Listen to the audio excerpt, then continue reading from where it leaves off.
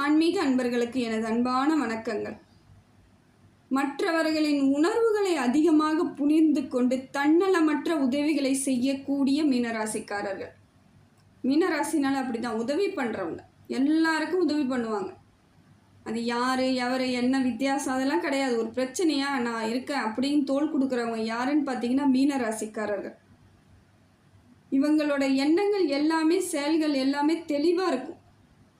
எந்த விதத்திலும் யாருக்கும் எந்த இடைஞ்சலும் செய்ய மாட்டாங்க, எந்த விதத்திலையும் கஷ்டத்தை கொடுக்க மாட்டாங்க. அப்படி ஒரு சிந்தனைக்கு சொந்தக்காரர்கள், நல்ல எண்ணங்களுக்கும் நல்ல குணத்திற்கும் சொந்தக்காரர்கள் மீனராசி தான். அதே போல் தெய்வத்தின் மீது அதிகமான நம்பிக்கை வச்சுருக்கவங்க. ஆன்மீகத்தின் மேலே ரொம்ப நம்பிக்கை. பிறந்ததிலிருந்து இது வரைக்கும், அது எத்தனை வயது மீனராசியாக இருந்தாலும் சரி, குழந்தைகளாக இருந்தாலும் சரி, முதியோர்களாக இருந்தாலும் சரி, நடுத்தரமானவர்கள் இருந்தாலும் சரி, எப்பொழுதும் ஆன்மீகத்தின் மேலே பெரிய நம்பிக்கை உள்ளவர்கள் இவங்க தான். எவ்வளோ கஷ்டம் வந்தாலும் சரி, சாமியை திட்டுவாங்க, திட்டிட்டு மறுபடியும் போய் அவங்கக்கிட்ட தான் நிற்பாங்க. ஏன்னா அது இவங்களுக்கு இயல்பு. அது கேட்டால் அதுக்காக நான் வேறு எங்கேயாவதா போய் நிற்க முடியும், எதாக இருந்தாலும் உன்னை தான் திட்ட முடியும், உங்கள்கிட்ட தான் நிற்க முடியுன்ற மாதிரி இறைவன் மீது அவங்க ரொம்ப பாசம் வச்சுருக்காங்க, பக்தி.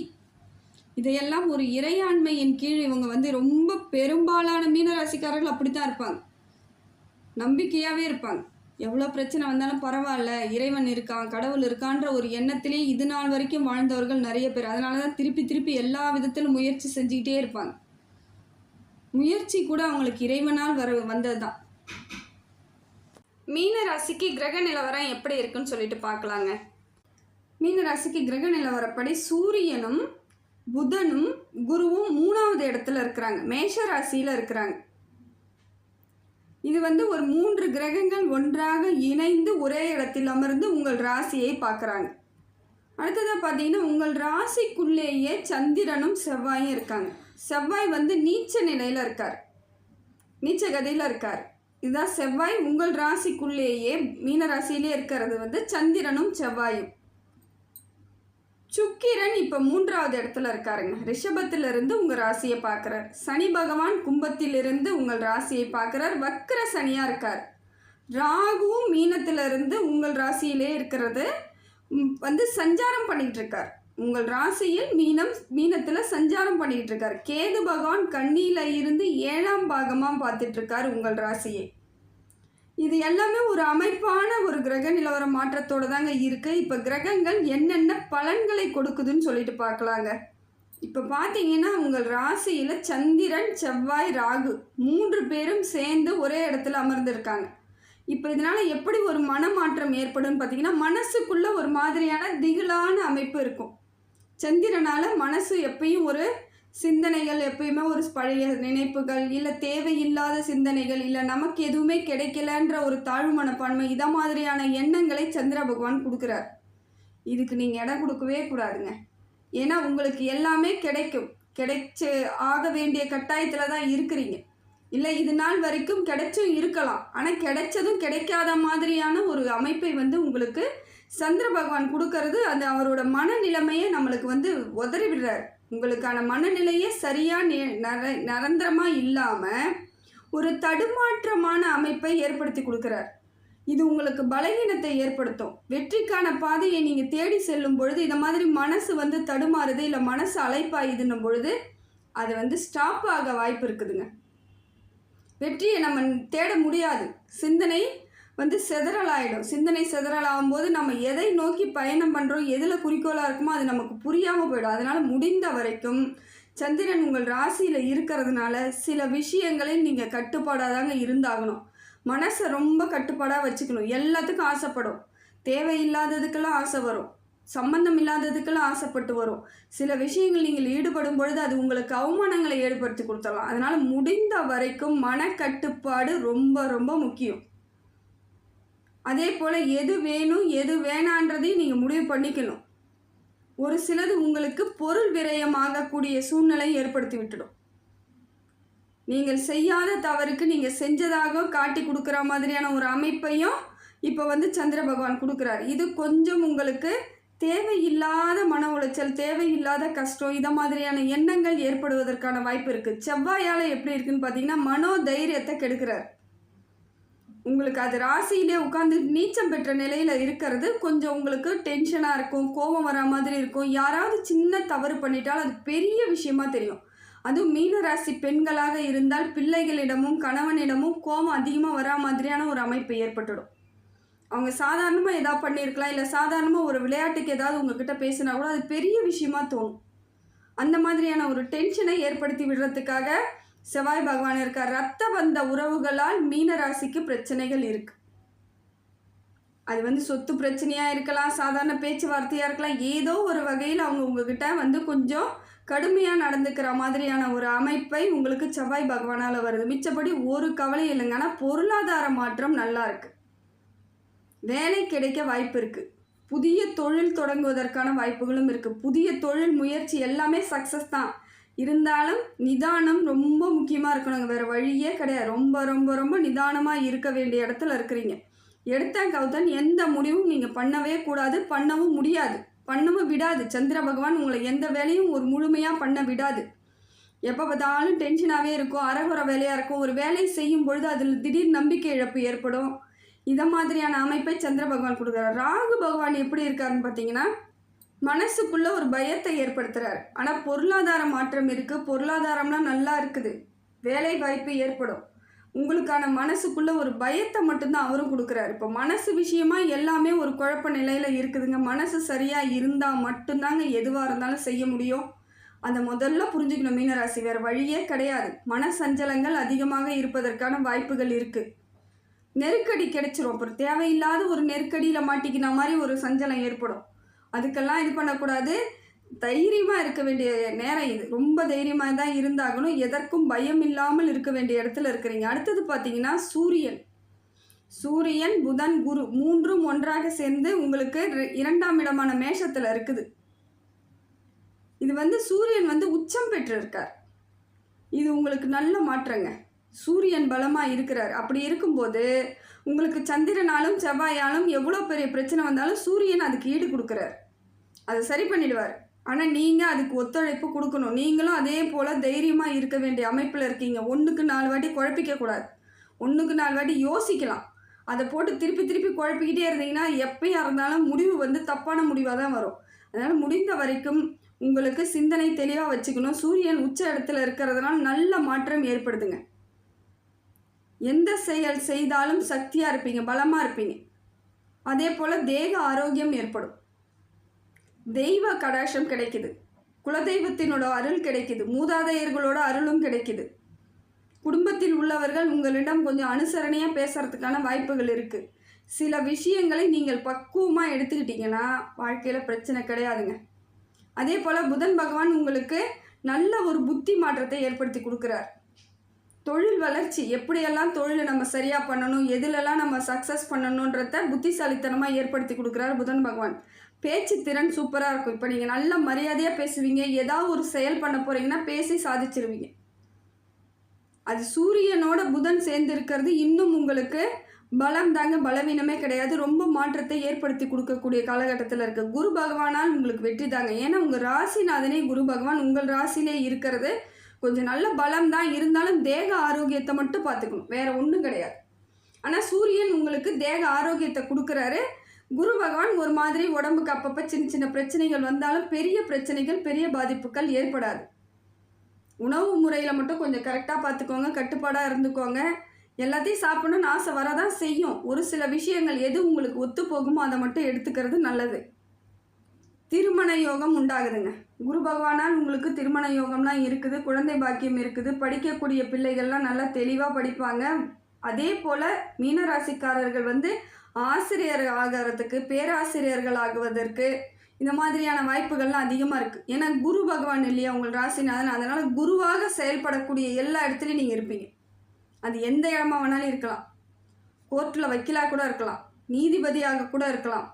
அந்த மாதிரியான ஒரு அமைப்பை உங்களுக்கு குரு பகவான் கொடுக்குறாரு. மேற்கல்வி படிக்கக்கூடிய பிள்ளைகள் கரெக்டாக செலக்ட் பண்ணி எடுத்துக்கோங்க. நீங்கள் என்ன படிக்கணும், ஏது படிக்கணும்னு சொல்லிட்டு முடிவு பண்ணிட்டீங்கன்னா அதன்படி தீர்க்கமாக இருந்தீங்கன்னா வெற்றி அடைஞ்சிடலாம். அடுத்தது பார்த்தீங்கன்னா சுக்கிரன் உச்சம் ரிஷபத்திலேருந்து பார்க்குறாருங்க. சுக்கிரனால் உங்களுக்கு திடீர் பண வரவு ஏற்படும். சகோதரர்கள் உங்களுக்கு சப்போர்ட் பண்ணுவாங்க. ஏன்னா செவ்வாய் கொஞ்சம் உங்களுக்கு கெடு பலனாக இருக்கிறதுனால சகோதரர் வழியில் பிரச்சனையை தவிர்க்க கூட முயற்சி பண்ணுறார் சுக்கிரன். அதே போல் புது முயற்சிகள் எது செய்தாலும் வெற்றி தாங்க. திடீர் பணவரவு, திடீர் யோகங்கள், திடீர் வாழ்க்கையில் மாற்றம், முன்னேற்றம் எல்லாம் ஏற்படுறதுக்கு சுக்கிரன் உங்களுக்கு பலமாக இருக்கிறாருங்க. எது செய்தாலும் சரியான அமைப்பில் செய்வீங்க. அதே போல் கலை நயம் மிக்கவர்களாக இருப்பீங்க. இப்போ உங்களுக்கு ஆர்வம் வரும், அதை செய்யலாம் இதை செய்யலாம். நிறைய பேர் கார்டன்ஸ்லாம் போடுவீங்க. அந்த மாதிரியான ஒரு எண்ணங்களை சுக்கிர பகவான் கொடுக்குறார். புதுசாக ஏதாவது ஒன்று செய்யணும், புது மாடல் ஏதாவது பண்ணணும், அப்படியெல்லாம் கூட உங்களுக்கான எண்ணங்கள் வரலாம். அமைதியாக இருக்க மாட்டீங்க. இப்போ துருதுருன்னு இருக்கிற மாதிரியான ஒரு சூழ்நிலையை சுக்கிர பகவான் கொடுக்குறார். உற்சாகத்தை கொடுக்குறார். எப்பயுமே சோர்வாக இருந்த நீங்கள் இப்போ பார்த்தீங்கன்னா ஒரு மாதிரி பிரிஸ்காக இருப்பீங்க. அதை செய்ய போகிறேன் இதை செய்ய போகிறேன்னு கொஞ்சம் பரபரப்பான ஒரு சூழ்நிலையை உங்களுக்கு ஏற்படுத்தி கொடுக்குறாருங்க. அதே போல் இது நாள் வரைக்கும் எத்தனையோ முயற்சிகள் செய்து தோற்று இருந்தாலும் திருப்பி திருப்பி பண்ணிக்கிட்டே இருக்கீங்க பார்த்தீங்களா, இப்போ அதற்கான வழியெல்லாம் கிடச்சிரும். திருப்பி முயற்சி பண்ணிங்கன்னா ஜெயிச்சிருவீங்க. சுக்கிரன் உங்களுக்கு பலமாக இருக்கிறது ஒரு மாதிரியான ஒரு சந்தோஷ நிலையை கொடுக்கும். மென்மையாக இருப்பீங்க. டென்ஷனாக இருக்கிறவங்களுக்கு இவர் கொஞ்சம் ஒரு அமைதியை கொடுக்குறாரு. அமைதியானாலும் ரொம்ப ஒரு மாதிரி சாஃப்டாக சந்தோஷத்தை ஏற்படுத்தி கொடுக்குறாரு. ரெண்டுத்தையும் சேர்த்து கொடுக்குறாரு. இது நல்ல மாற்றம் தான். இதை நீங்கள் கரெக்டாக பார்த்துக்கிட்டிங்கன்னா இந்த டைமுக்கு மிச்ச கிரகங்கள் உங்களுக்கு வேறு விதமாக இருந்தாலும் இப்பொழுது சுக்கிரன் பலமாக இருக்கும் பொழுது பொருளாதார ரீதியாகவும் சரி மனசு ரீதியாகவும் சரி ஒரு சந்தோஷமான அமைப்பை அவர் கொடுக்குறாரு உங்களுக்கு. அடுத்தது பார்த்திங்கன்னா சனி பகவான் வக்கரத்தில் இருக்கார், கும்பத்தில் இருக்கார். கும்பத்தில் இருக்கிறதுனால கொஞ்சம் உங்களுக்கு ஜென்ம சனியாகவும் இருக்கார். இதனால் கொஞ்சம் பண விஷயத்தில் கவனமாக இருக்கணும். குடுக்கல் வாங்கல் விஷயத்தில் ரொம்ப கவனமாக இருக்கணும். ஆனால் பொருளாதார மாற்றம் சூப்பராக இருக்குங்க. தொழில் வளர்ச்சி நல்லா இருக்குது. தொட்டது துளங்கக்கூடிய இடத்துல தான் இருக்கீங்க. என்னங்க 7.5 சனியில் போய் இப்படி சொல்கிறீங்கன்றீங்களா? அப்படியெல்லாம் கிடையாதுங்க. நீங்கள் எதை செய்தாலும் வெற்றி அடைவீங்க. ஏன்னா குரு பகவான் சனி பகவானோட நட்பு கிரகம். அதனால் பெரிய பாதிப்புகள் இருக்காது. கொஞ்சம் ஓரளவுக்கு உங்களுக்கு ஸ்மூத்தாக தான் இருக்கும். பாருங்கள், உங்களுக்கே தெரியும். என்ன மனசுக்குள்ளே கொஞ்சம் டென்ஷனாக இருக்க மாதிரி இருக்கும். அப்பப்போ கொஞ்சம் பொருளாதாரம் கையில் இல்லாத மாதிரி செலவாயிட்டே இருக்காமல் இருக்கும். ஆனால் அதே அளவுக்கு வரவும் இருக்கும். எவ்வளோ வருதோ அவ்வளோ செலவாகும். அதுதான் உங்களுக்கு இப்போ பிரச்சனையாக இருக்கும். எவ்வளோ வந்தாலும் எவ்வளோ சம்பாரித்தாலும் பத்தவே மாட்டேங்குது. எப்பயுமே கையில் பைசா இல்லாமல் இருக்குது. எல்லாரும் முன்னாடி நான் காசு இல்லாத மாதிரியே இருந்துகிட்ருக்கேனே அப்படிங்கிற எண்ணங்கள் ஏற்பட வாய்ப்பு இருக்குது. அது கொஞ்ச நாள், அதுக்கப்புறம் அதுவும் சரியாயிடுங்க. அந்த கொஞ்ச நாள் நீங்கள் காத்திருந்து தான் ஆகணும். நம்ம வேறு வழி கிடையாது. கிரகங்கள் அப்படி இருக்கும் பொழுது, சூழ்நிலை அப்படி இருக்கும் பொழுது அதையும் நம்ம அடாப்ட் பண்ணி தான் ஆகணும், ஏற்றுக்கிட்டு தான் ஆகணும். இப்போ கைக்கு வருமானம் வருதா, நீங்கள் செலவு பண்ணுறீங்களா, சந்தோஷம். கடன் வாங்கி செலவு பண்ணுறவங்க நிறைய பேர் இருக்காங்க. அதே போல் வேறு வழி இல்லாமல். ஆனால் அந்த கடன் இப்பொழுது நீங்கள் வாங்கினீங்கன்னா உடனடியாக அடையாதுங்க. மீனராசிக்கு அந்த ஒரு பிரச்சனையும் இருக்குது. கடன் வாங்கிட்டா இந்த கடனை உடனே அடைச்சிடலாம் அப்படிங்கிற எண்ணத்தில் நீங்கள் வாங்கினாலும் அதுக்கான சோர்ஸ் இருக்காது. ஏதோ ஒரு விதத்தில் பல நாட்கள் இழுத்துக்கிட்டே போகும். பல ஆண்டுகள் கூட அதை எடுத்துகிட்டே போகிற மாதிரி இருக்கும் நமக்கு. அது உங்களுக்கு கொஞ்சம் மனசளவில் கொஞ்சம் அது ஒரு மாதிரி கடுப்பாக இருக்கும், கஷ்டமாகவும் இருக்கும், ஒரு மாதிரி அவமானங்கள் இதை மாதிரியான அமைப்பு இருக்குது. முடிந்த வரைக்கும் கடன் வாங்காமல் இருக்கும் பணத்தை வைத்து அதை கரெக்டாக ஃபாலோ பண்ணிக்கிறதுக்கு பாருங்கள். சனி பகவான் அப்படி இருக்கார். அதே போல் குடுக்கல் வாங்கல், வாக்குறுதி கொடுக்கறது, ஜாமீன் கையெழுத்து போடுறது, அது எதையும் செய்யக்கூடாது. இதை எதையாவது செஞ்சாலும் நீங்கள் மாட்டிக்குவீங்க. உங்கள் பேரில் வந்துடும், உங்கள் தலையில் விட்டுடுவாங்க அவங்க. அதுக்கப்புறம் இன்னும் உங்கள் குடும்பத்துலேயும் பிரச்சனை ஏற்பட்டுடும். சாதாரண விஷயம் கிடையாதுங்க. பணத்தில் நம்ம கரெக்டாக இல்லைன்னா நம்ம பிரச்சனை எங்கேருந்து வரும்னே நமக்கு தெரியாது. சுற்றி சுற்றி அடிக்கும். நம்மளோட நேரத்துக்கு நம்ம மாட்டிக்கிற மாதிரி ஆகிடும். அதனால் இப்போதைக்கு நீங்கள் கவனமாக இருக்கிறது மட்டும்தான் ரொம்ப முக்கியங்க. அதே போல் இரவில் தூங்கும் பொழுது நல்லா தூங்குறதுக்கு முயற்சி பண்ணுங்கள். தூக்கம் அவ்வளோ சீக்கிரம் வராது. பிரச்சனையே இல்லைன்னாலும் உங்களுக்கு தூக்கம் வராது. உடல் பயிற்சி நிறைய பண்ணி ஆகணும். வேறு வழி கிடையாது. எவ்வளோக்கு எவ்வளோ உடற்பயிற்சி பண்ணுறீங்களோ சனி பகவானால் உங்களுக்கு விலகல் ஏற்படும். இல்லைனா சும்மா டென்ஷன்லேயே இருந்துக்கிட்டு தூங்க முடியாமல் ஹாஸ்பிட்டலுக்கு போகிறது, இதை மாதிரியான பிரச்சனைகள் ஏற்பட்டுடும். எது ஒன்றும் நீங்கள் கையாளும் விதத்தை சரியாக கையாண்டிங்கன்னா பிரச்சனை தீர்ந்துடும். அதே போல் ஆன்மீகத்தின் மீது நிறைய ஈடுபாடு வரும். இப்போ அதை நீங்கள் கரெக்டாக பயன்படுத்திக்கோங்க. வேறு வழி இல்லை. கோவில்களுக்கெல்லாம் நிறைய போகணுன்ற எண்ணமும் வரும். அதை மாதிரி அமைப்பும் ஏற்படுது. இப்போ சனி பகவான் உங்களுக்கு ஆன்மீக சிந்தனையை அதிகமாக தூண்டி விடுறாரு. தேக ஆரோக்கியத்தை கண்டிப்பாக நீங்கள் பார்த்து தாங்க ஆகணும். சின்னதாக ஏதாவது ஒரு பிரச்சனை வந்தாலும் உடனடியாக மருத்துவரை பார்த்தே ஆகணும். வேறு வழி இல்லை. ஆனால் ஆயுள் தீர்க்கம் உண்டாகுது. பிரச்சனை ஆயுளில் ஒரு பிரச்சனையும் கிடையாது. என்ன உடம்பு ரீதியாக அப்பப்போ ஏதோ பாடாப்படுத்துகிற மாதிரியான ஒரு எண்ணங்கள் ஏற்பட்டுக்கிட்டே இருக்கும். இதனால் மனக்கவலை இருக்கும். உணவு சரியாக சாப்பிட மாட்டீங்க, தூங்க மாட்டீங்க. ஒரு சந்தோஷம் இல்லாத ஒரு விரக்தியான அமைப்புக்கு போகிற மாதிரியான ஒரு சூழ்நிலை ஏற்படும். அதுக்கெல்லாம் நீங்கள் இடம் கொடுக்கவே கொடுக்காதீங்க. ஏன்னா இருக்கக்கூடிய காலங்கள் எல்லாம் உங்களுக்கு நல்லா தாங்க இருக்குது. அது சரியாக பயன்படுத்திக்கோங்க. எது வேணாலும் நடக்கட்டும். இது நாள் வரைக்கும் எவ்வளோ பிரச்சனையை சந்திச்சிட்டீங்க. புதுசாக எதுவும் உங்களுக்கு பிரச்சனை கிடையாது. அப்படி இருக்கும் பொழுது அந்த பழைய பிரச்சனைகளை மனசில் வச்சுக்கிட்டு பயந்துக்கிட்டே இருந்தீங்கன்னா காலம் ஓடாது. காலம் வேணால் ஓடலாம், சந்தோஷமாக காலமாக இருக்காது. அதனால் முடிந்த வரைக்கும் இன்றைக்கி என்ன நடக்குது ஏது நடக்குதுன்னு சிந்தித்து செயல்பட்டிங்கன்னா வாழ்க்கையில் ஜெயிச்சிடலாங்க. அதே போல் நிம்மதியையும் ஏற்படுத்திக்கலாம். இந்த காலகட்டத்தை நீங்கள் கையாளும் விதம் கரெக்டாக இருக்கணும். அடுத்தது பார்த்திங்கன்னா கேது பகவான் 7வது இடத்துலேருந்து பார்க்குறாருங்க உங்கள் ராசியை. 7ஆம் இடமான கன்னி ராசியிலேருந்து பார்க்குறாரு. இது என்ன பண்ணுதுன்னு பார்த்தீங்கன்னா, தேவையில்லாத உறவுகள் ஏற்கனவே இருந்த பிரச்சனைகள் எல்லாம் தூண்டி விட்டுட்ருக்கும். இப்போ புது பிரச்சனை வருதோ இல்லையோ, பழைய பிரச்சனைகள் கொஞ்சம் அமைதியாக இருக்காமல் இருக்கும். பார்த்தீங்கன்னா இப்போ எல்லாம் திருப்பி உங்கள்கிட்ட சின்ன சின்ன விஷயத்துக்கு கூட பிரச்சனை பண்ணுறதுக்கு வாய்ப்புகள் இருக்குங்க. அதே போல் குடும்பத்துக்குள்ளேயும் சின்னதாக வாக்குவாதம் ஏற்படும். கணவன் மனைவி இடையே ஏதோ ஒரு விதத்தில் ஒரு அண்டர்ஸ்டாண்ட் இல்லாத மாதிரியான அமைப்பு ஏற்படும். என்ன இருந்தாலும் அது பிரிய போகிறதில்ல, ஆனால் அப்பப்போ மனசுக்குள்ளே ஒரு கவலைகள் வந்துக்கிட்டே இருக்கும். ஏன்னா மீனராசிக்காரர்கள் அவ்வளோ சீக்கிரம் துணையை பிரிய மாட்டாங்க. ஏதோ ஒரு விதத்தில் அடாப்ட் பண்ணிக்கிட்டு அண்டர்ஸ்டாண்ட் பண்ணிக்கிட்டே போய்கிட்டே தான் இருப்பாங்க. வாக்குவாதம் பண்ணாலும் எது பண்ணாலும் அவங்க மனசு கொஞ்சம் இலகின மனசு. அதனால் கொஞ்சம் அட்ஜஸ்ட் பண்ணிக்குவாங்க. இருந்தாலும் சில சமயங்களில் இது கேது பகவானால் ஒரு கணவன் மனைவியிடையே அடிக்கடிக்கு பிரச்சனை வர்றதுக்கான வாய்ப்புகள் இருக்குது. கொஞ்சம் அமைதியை நீங்கள் நிலைநாட்டித்தாங்க ஆகணும். இந்த இடத்துல கொஞ்சம் அமைதியாக தான் இருந்தாகணும். காலம் போயிடுச்சுன்னா கொஞ்சம் காலம் போயிடுச்சுன்னா அதுக்கப்புறம் பிரச்சனை சரியாயிடும், புரிதல் ஏற்பட்டுடும். அதே போல் குடும்ப பிரச்சனையை 3வது நபரிடம் எடுத்துகிட்டு போகக்கூடாது. இது ரொம்ப முக்கியமான விஷயம். அவங்க உங்ககிட்ட சமாதானமாக பேசுகிற மாதிரியோ ஏதோ பண்ணுற மாதிரி பண்ணிவிட்டு வெளியே போய் உங்களுக்கு பிரச்சனையை தான் தூண்டி விடுவாங்க. அது இன்னும் பெரிய பிரச்சனையாக போயிடும். முடிந்த வரைக்கும் உங்களுக்குள்ளேயே பேசி தீர்த்துக்கிறது நல்லது. குடும்ப உறுப்பினர்களோடு நிறுத்திக்கிறது நல்லது. 3வது ஆள் வெளிநபர்கள் உங்கள் குடும்பத்துக்கு பஞ்சாயத்துக்கு வரக்கூடாது. நீங்களும் மற்றவர்கள் பஞ்சாயத்துக்கு போகவே கூடாது. இப்போ இருக்கக்கூடிய நேரத்துக்கு நீங்கள் அப்படித்தான் இருந்தாங்கன்னு வேறு வழியே கிடையாதுங்க. செவ்வாயும் ராகுவும் ஒன்றாக இருந்து சில உங்களுக்கு தடுக்கிறது, இல்லை டென்ஷன் ஆகிறது, கோபம் வர்றது, இதை மாதிரியான பிரச்சனைகளை தடுக்கணும்னா முருகன் வழிபாடு சிறப்பு. வேறு ஒன்றுமே வேணாம். செவ்வாய்க்கிழமையில் முருகனுக்கு வழிபாடு பண்ணுங்கள்.